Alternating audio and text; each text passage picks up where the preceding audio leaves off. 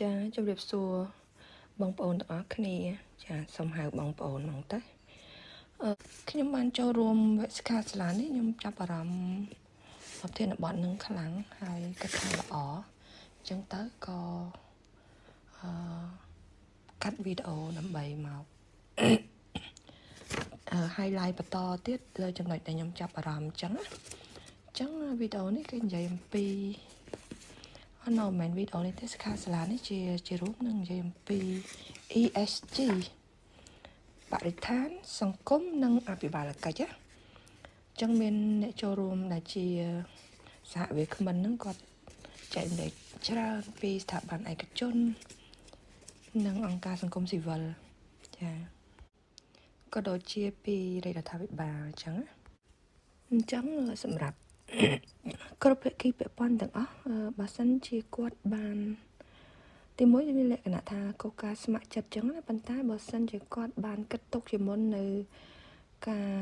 ការពារហើយនឹង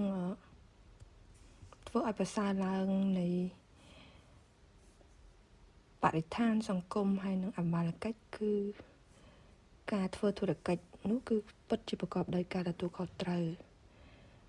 ហើយបើសិនជាកាន់តែទទួលខុសត្រូវថែមទៀតគឺត្រូវតែគិតនិងដាក់បញ្ចូលនៅគោលនយោបាយទាំងអស់ហ្នឹងនៅក្នុងអង្គភាពរបស់គាត់អញ្ចឹងមិនថារដ្ឋាភិបាលស្ថាប័នរកប្រាក់កម្រៃរោងចក្រឬក៏អង្គការសង្គមស៊ីវិលទេចាដែលការអនុវត្តនោះមុនដំបូងវាមិនទលំទលាយទេអញ្ចឹងអ្នកដែលគិតឃើញគឺគាត់ស្ម័គ្រចិត្តធ្វើមុនគេទៅបន្ទាប់មកដើម្បីកាន់តែល្អគឺយើងត្រូវតែជាកាតព្វកិច្ចចាវាជា mandatory ហ្នឹងហើយអញ្ចឹងវាជាដំណើរការជាប្រចាំក្រុមហ៊ុនមានកាតព្វកិច្ចធ្វើការវិភាគហានិភ័យខាងផ្នែកសិទ្ធិមនុស្សនិងបរិស្ថានហើយដែលអាចធានាបាននៅឱកាសហើយយើងក៏អាចចរចាជាមួយអ្នកដែលបញ្ជាទិញយើងហើយជាមួយនឹងការអនុវត្តនៅ ESG នេះវាក៏បង្កើតឲ្យយើងមាន reputation ដែរណាចាមនុស្សយើងគឺរស់នៅជាមួយគ្នាបានគឺអាស្រ័យទៅលើផលប្រយោជន៍ចាទាំងឯកជន NGO ឬរដ្ឋាភិបាល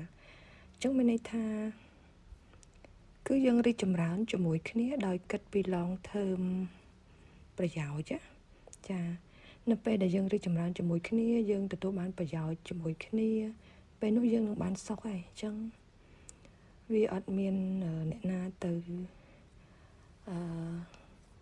រារាំងអ្នកណាទេយើងបានសុខទាំងអស់គ្នាចាបងប្អូនអញ្ចឹងខ្ញុំសូមបញ្ចប់វីដេអូត្រឹមប៉ុណ្ណឹងអរគុណច្រើនជម្រាបលា